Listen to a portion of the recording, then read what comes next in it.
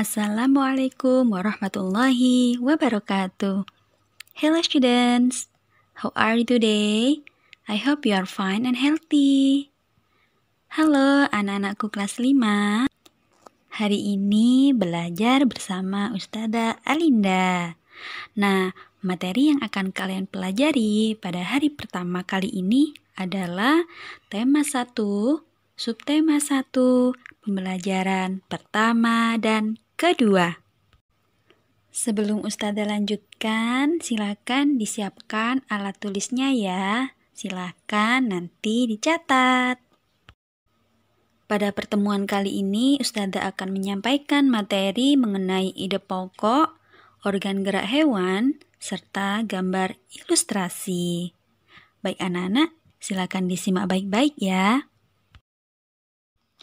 Nah, sekarang silakan diamati gambar yang ada di sini. Pasti kalian sudah tahu kan itu gambar apa?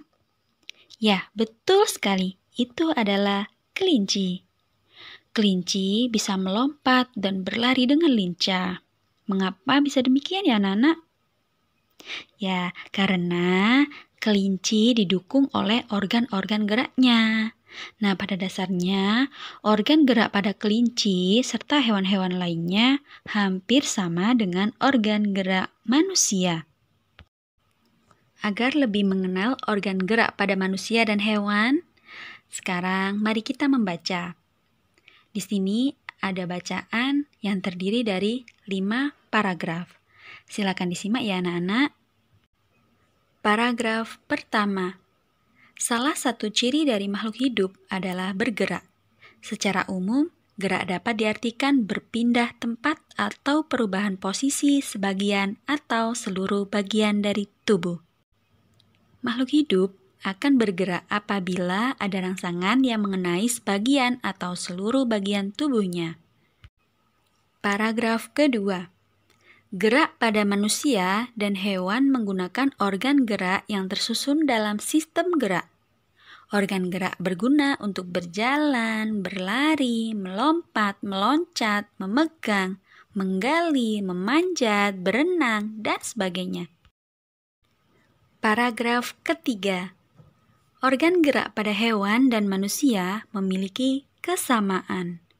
Alat-alat gerak yang digunakan pada manusia dan hewan ada 2 macam, yaitu alat gerak pasif berupa tulang dan alat gerak aktif berupa otot. Kedua alat gerak ini akan bekerja sama dalam melakukan pergerakan.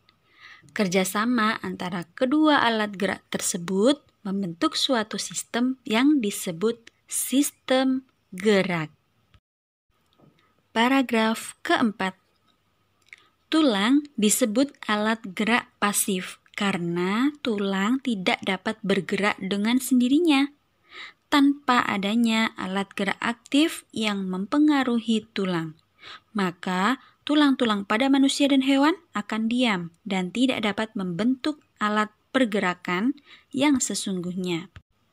Walaupun merupakan alat gerak pasif, akan tetapi tulang mempunyai peranan yang besar dalam sistem gerak manusia dan hewan. Nah, yang terakhir, paragraf kelima. Otot disebut alat gerak aktif karena otot memiliki suatu senyawa kimia yang membuatnya dapat bergerak. Pada saat otot yang menempel pada tulang bergerak, otot tersebut akan membuat tulang bergerak. Dari bacaan tadi, kita akan mencari ide pokok dan kalimat pengembang. Nah, sebelum Ustazah lanjutkan, apa sih ide pokok itu? Silakan disimak anak-anak. Ide pokok merupakan gagasan yang menjadi dasar sebuah paragraf.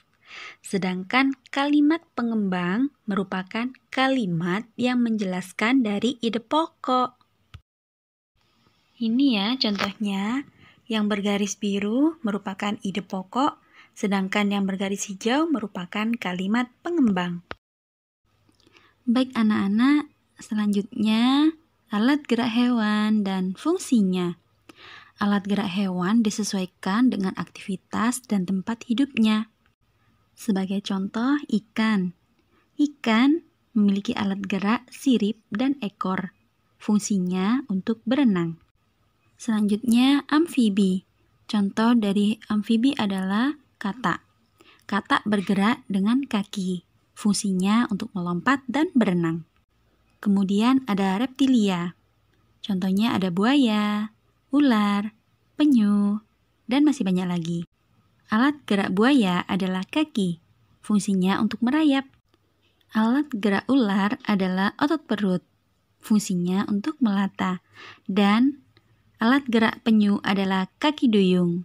Fungsinya untuk berjalan dan berenang. Selanjutnya adalah burung. Seperti burung kakak tua, alat geraknya adalah sayap yang berfungsi untuk terbang. Kemudian ada burung unta, alat geraknya adalah kaki yang berfungsi untuk berjalan dan berlari. Nah, yang terakhir ada mamalia. Contohnya ada kerbau, sapi, kuda.